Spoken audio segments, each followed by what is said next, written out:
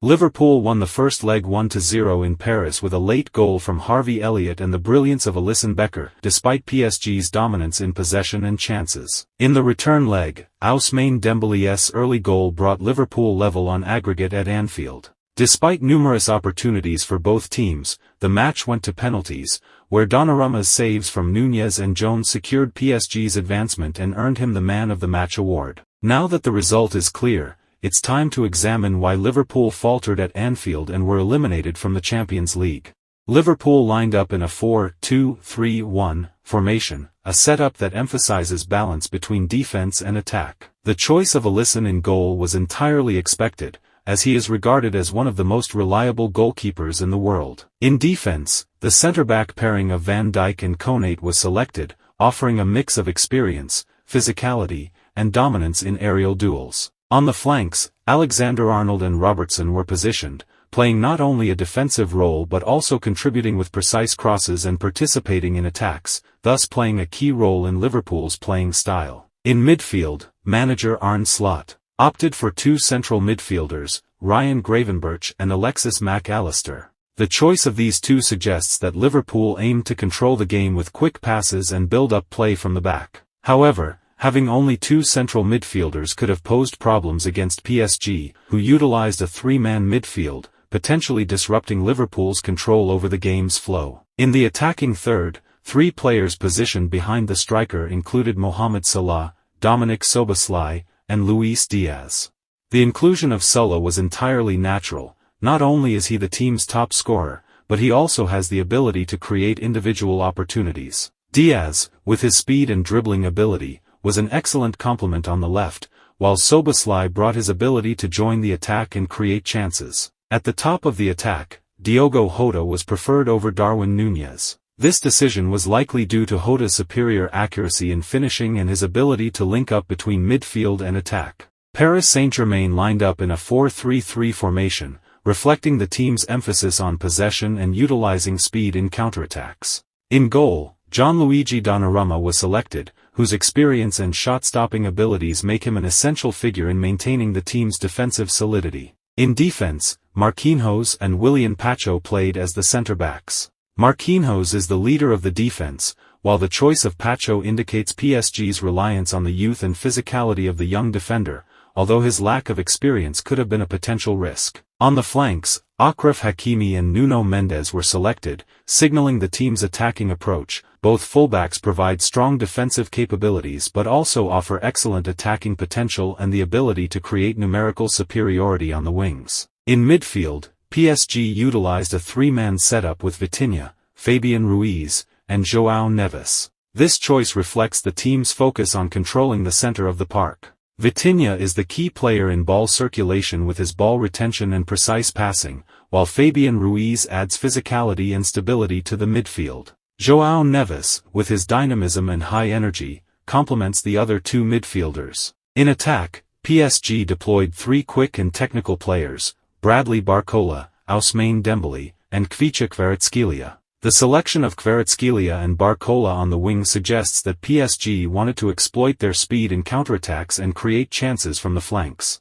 Dembélé, typically a winger, played as a central striker, which was an unusual choice, but PSG relied on his dribbling skills and ability to play in the depth of the pitch. This setup shows PSG's intention to dominate the midfield and apply pressure on Liverpool's defense with their pacey forwards. One of Liverpool's main tactics in this match was sending precise passes behind Paris defenders and exploiting the speed of their attacking players. This tactic was clearly visible in the 4th minute of the game when a backward pass was sent to Van Dijk. Van Dijk then made a long and accurate pass behind PSG's defenders, putting Szoboszlai in a favorable position. Szoboszlai then made an outside pass, setting up his teammate to penetrate the penalty area. This player then sent a precise cross, positioning Mohamed Salah for a shot. Salah took a good strike, but Nuno Mendes made a quick reaction and successfully cleared the ball off the path of the goal, preventing a goal. This move demonstrated that from the very beginning, Liverpool was looking to exploit the space behind PSG's defenders and use the pace of their attacking players. Another key tactic for Liverpool was relying on the individual skills of the team's attacking stars, particularly Mohamed Salah and Luis Diaz. By designing attacks from both the right and left flanks, Liverpool aimed to put pressure on PSG's fullbacks. In many of their attacks, these two players used their technical movements and pace to challenge the opposition's defense and create dangerous situations. Diaz, with his explosive movements on the left, and Salah, with his cutting runs from the right, repeatedly forced PSG's defenders to retreat. One of Liverpool's most important strategies was implementing high pressing.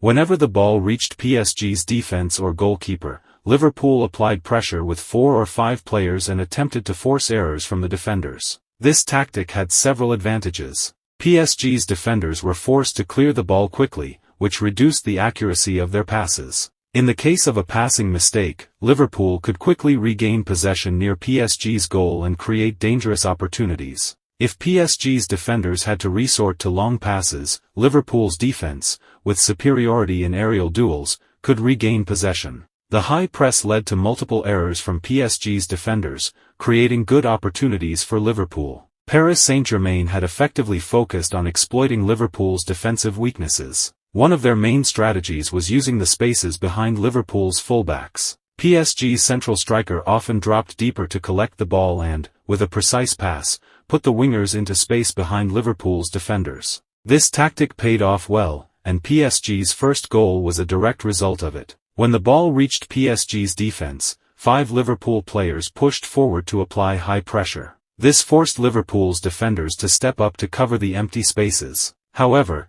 PSG quickly bypassed this press with a swift pass. The ball reached Nuno Mendes, who then played a ground pass to Dembele, who had dropped deeper to receive the ball. Dembele, with great intelligence, noticed the space behind Liverpool's left-back and delivered a precise pass to Barcola. Barcola, with a quick run, entered the penalty box, and ultimately, this sequence led to PSG's goal. After conceding the goal, Arne Slot's team made tactical adjustments. The Liverpool defenders pushed higher up the field in an attempt to press Paris more intensely and recover the score. However, this decision created a vulnerability. By advancing their defenders, they left more space behind them that PSG's fast attackers could exploit. As a result, PSG focused more on counterattacks and repeatedly used quick passes to exploit these spaces. Although the game remained overall balanced, Liverpool, being the home team, had a stronger inclination to attack. This left them exposed to several dangerous counterattacking situations. Most of PSG's attacks came down Liverpool's left flank, where Andy Robertson was positioned. It appeared that PSG had specifically targeted the space behind Robertson and managed to score from this area. Given the incredible pace of PSG's 3 forwards, they exploited counterattacks very effectively. Liverpool's defenders, by pushing too high up, created large pockets of space behind them, which PSG's attackers took advantage of repeatedly. Another successful tactic for PSG was the constant swapping of positions between Dembele and Barcola. These two players frequently exchanged positions, confusing Liverpool's defenders. This tactic highlighted that Liverpool's left flank was particularly vulnerable. PSG's fullbacks participated less in attacks, as the team primarily focused on counterattacks and capitalizing on Liverpool's mistakes. Unlike Liverpool, who pressed high with 4 or 5 players, PSG did so with their 3 forwards. This allowed PSG's midfielders more space to cover the central areas of the field. In the middle of the field, Liverpool had the upper hand. Liverpool's midfielders had greater control over possession and managed to dictate the tempo of the game. This allowed the team to transition smoothly from defense to attack. Liverpool performed well in this match but ultimately lost. This defeat can be attributed to 3 main reasons. The first reason is the failure to capitalize on goal-scoring opportunities. Liverpool had several chances to change the result in their favor but showed weakness in finishing. Throughout the game, many goal-scoring opportunities were created, but either due to excellent reactions from PSG's defenders and goalkeeper or the inaccuracy of the forwards, the balls did not end up in the back of the net. A clear example of this was Mohamed Salah's shot, which was saved by Nuno Mendes. If Liverpool had made better use of these chances, the result could have been completely different. The second reason is the weakness of Liverpool's defense. PSG entered the match with a clear plan and took full advantage of Liverpool's defensive weaknesses. They targeted the spaces behind Liverpool's fullbacks with their 3 fast wingers and created many goal-scoring opportunities. Match statistics also show that Liverpool struggled in this area. PSG had 21 shots, 8 of which were on target, for clear goal-scoring chances for PSG that could have ended the game earlier. Alisson Becker's performance was one of the few positive aspects for Liverpool in this section. If he hadn't made several fantastic saves to deny dangerous opportunities,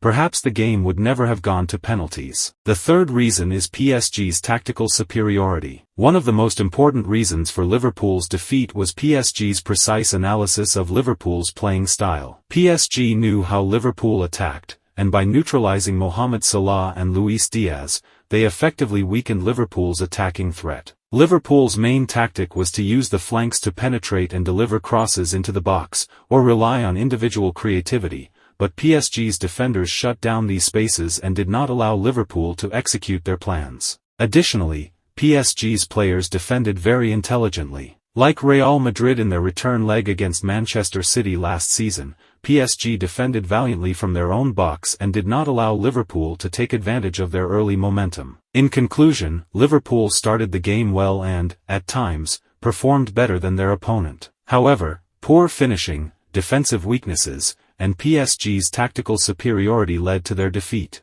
In penalties, luck played a crucial role, and this time it favored PSG. However, we should not overlook PSG's meticulous analysis and the execution of their tactical plans. What do you think? Was this defeat more due to individual mistakes, or PSG's tactical superiority? Share your thoughts in the comments, and for more analyses subscribe the channel.